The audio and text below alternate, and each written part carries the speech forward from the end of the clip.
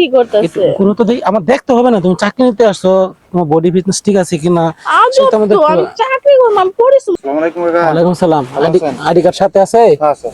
আচ্ছা আচ্ছা যাও। আসসালামু আলাইকুম কাকা, ভালো ওয়ালাইকুম আছেন? সালাম। হ্যাঁ ভালো। আইডি কার্ড সাথে আছে? জি জি জি আচ্ছা আচ্ছা কাকা। ঠিক আছে যাও।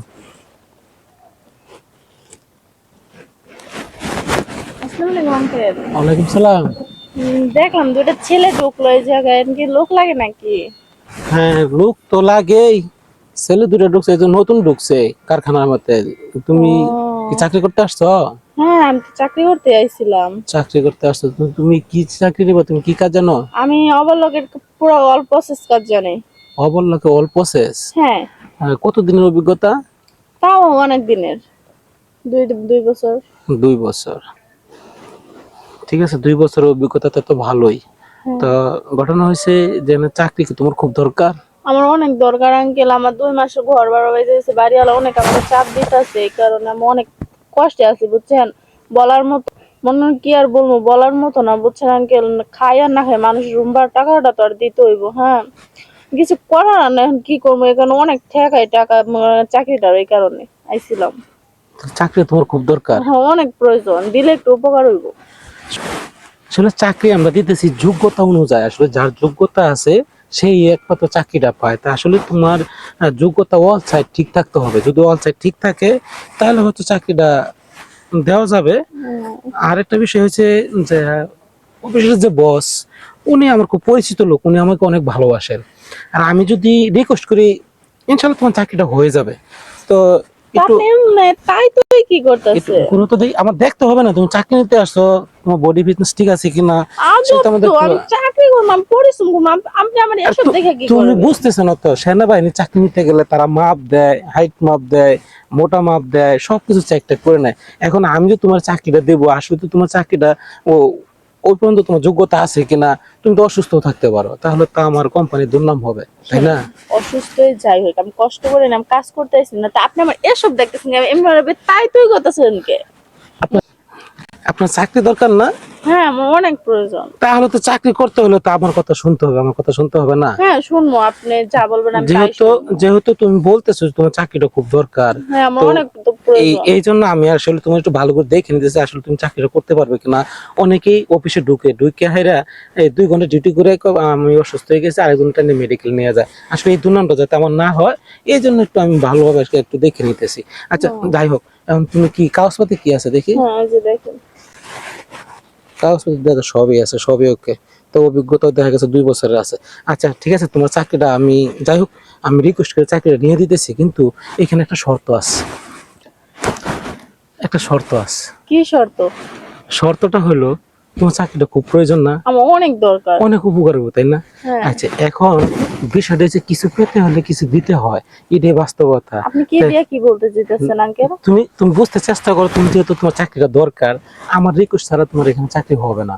আমি যেহেতু রিকোয়েস্ট আমি করবো স্যারের আমি আপনার চেষ্টা করবো তোমার চাকরিটা লয়ে দেওয়ার জন্য, কিন্তু এর বিনিময়ে তুমি একটু আমার সাথে একটু সময় দেওয়া লাগবে। কি বলছেন? এরকম চাকরি আমার দরকার নাই আঙ্কেল, পারলে আমি ভিক্ষা করে খামো, তো এরকম চাকরির আমার প্রয়োজন নাই। আপনি আমার বাবার বয়সী, কিন্তু আপনি আমার সম্বন্ধে কথা বলছিলাম, আপনি কি কথাটা বলেন আমারে? তোমার না চাকরিটা দরকার, দেখো আমি আমার চাকরি দরকার ছিল, আমি কষ্ট করে রোজগার করে খামো, কিন্তু আপনি যে অফারটা আমার দিচ্ছেন ভাই আমার পক্ষে সম্ভব না আঙ্কেল। দেখো তোমার চাকরিটা খুব দরকার, তা আমি ভাবছি স্যারের রিকোয়েস্ট করে আমি তোমার চাকরিটা নিয়ে হ্যাঁ দিতেছি। আপনি এসব কি করতেছেন আমার সাথে? আঙ্কেল আঙ্কেলের জায়গায় থাকেন, তোমার চাকরি পাও করতেছি আমি। এভাবে কেউ চাকরি ভাও করে? তোমার চাকরি লাগবে, আর তুমি শুধু শুধু রাগ করতেছো, তোমার চাকরি দরকার না? হ্যাঁ আমার চাকরি তুমি অনেক এখানে দরকার। বসো বসো। হ্যাঁ আপনি আমার হাত ধরতেছেন কেন? তোমার চাকরি লাগবে না? চাকরি লাগবে তো এইভাবে কেউ চাকরি আরে দেয়? আমার রিকোয়েস্ট ছাড়া তোমার চাকরি এখানে হবে না। হ্যাঁ। শোনো, এখানে চাকরিটা হইলে আমার কথা শুনেন, চাকরি হইব না ভালো কথা, আমি চলে যাবো, পালে ভিক্ষা করে খামো, তো আমার এই অফার দিবেন না। দেখো তোমার চাকরির দরকার, তুমি না, আমাকে বলছো না তোমার চাকরির দরকার, তো আমি এক কাজ করি স্যারকে বললে তুমি চাকরি দিয়ে দিচ্ছি, তুমি চাকরিটা করো। ভুলই করলাম নাকি? কই হায়রে, মাইয়া দেখো কান্না করতেছে। এই তুমি কান্না করতেছো কেন? কি হয়েছে রহিম ম্যাম? আপু এই মেয়েটাকে খারাপ ওই চাকরির জন্য আসছে ম্যাডাম। হ্যাঁ ভালো কথা, চাকরির জন্য আসে তো। এই তুমি কান্না কেন করতেছো? আমি কান্না হচ্ছে, তোমাকে খারাপ অফার দিছে, না ম্যাডাম এই কথা আমি বলি নাই ম্যাডাম। আমাকে বলতেছে এই যে চাকরি করতে হলে কিছু নিতে নিতে হলে দিতে হয়, আমাকে এসব কথা বলতেছে। এসব কি রহিমা, তুমি কি শুরু করছো? তুমি কি চাচ্ছ যে এখান থেকে আমার মানে আমার এই অফিসের একটা মান সম্মান আছে, এটা মান সম্মান চলে যাক? তুমি কেন করলে এই কাজটা? তোমাকে কি এটা বলা হয়েছে যে এটা কি তোমার কাজ? বলো তুমি, তুমি কি চাচ্ছ যে তোমার কারণে আমার অফিসটা বন্ধ হয়ে যাক, তোমার কারণে আমার একটা দুর্নাম হোক? তুমি চাচ্ছ? না ম্যাডাম। তুমি কেন করলে এই কাজটা? আচ্ছা তুমি যদি আজকে যদি আমার বয়স যদি বড় না হতে না, তোমাকে থাপড়ে যে থাপড়ে আমি এখান থেকে বের করে দিতাম। ম্যাডাম আমি কোনো দোষ ছিল না চুপ ম্যাডাম। করো, কান্না করিও না। হাতে দেয় চুপ করো না। পারলে কাউকে কাজ দিবে, না পারলে তোমাকে কেন ব্যাট অফার দিলে? না আমি ওরে বলছি যে কাগজপত্রটা আমার কাছে দেন, আমি ম্যাডামের কাছে নিয়ে যাই, আমি এই কথা বলছি। একটা কথা আপু, ওই কথা একটু বললাম, অনেক খারাপ খারাপ কথা বলছো। শোনো ব্যাস, আমি এই মেয়েকে দেখে বাবার কথা শুনে বুঝতে পারছি যে তুমি ওকে কি বলতে পারো। একটা মেয়ে অসহায় করে আজকে এখানে আসছে, তুমি পারলে ওকে হেল্প করবা, না পারলে ওরে চলে যেতে বলবা। দেখো অনেক হয়েছে, আর না না জানি তুমি এরকম অনেক কাজ করছো, তুমি আজ থেকে কালকে থেকে তুমি অফিসে আসবে না।